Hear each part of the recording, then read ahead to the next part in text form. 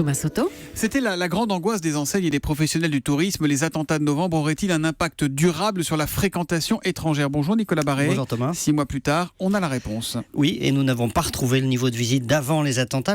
L'impact est profond et durable. On s'en est pas rendu compte immédiatement parce qu'il n'est pas toujours facile d'annuler un séjour prévu de longue date, mais ça a pesé sur les réservations.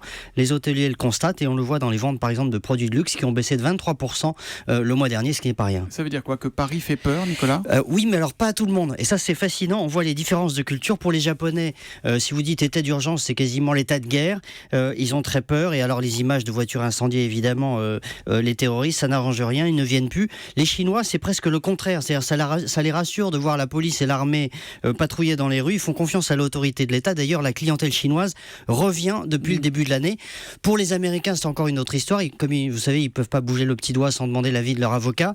Eh bien, là, c'est la prolongation de l'état d'urgence a pour conséquence que certains assureurs américains refusent d'assurer les voyageurs et du coup, ils évitent de venir. Donc, au total, si on prend le baromètre des grands magasins parisiens, puisque c'est les plus touchés par la clientèle étrangère, qu'est-ce qu'on voit? Un recul de 15 à 20% par rapport à la même période de l'an dernier. Donc, vous voyez un impact des attentats, du terrorisme qui est profond, qui est durable. Et là, comme vous faites feu de tout bois, Nicolas, vous faites le lien, avec l'ouverture de certaines grandes enseignes le dimanche. Eh bien oui, parce que ça, c'est la bonne nouvelle. Dans un ciel gris, un accord avantageux vient d'être conclu aux Galeries Lafayette, avec salaire doublé, jours de vacances en plus, garde d'enfants, etc. Un autre a été conclu avec les enseignes de luxe.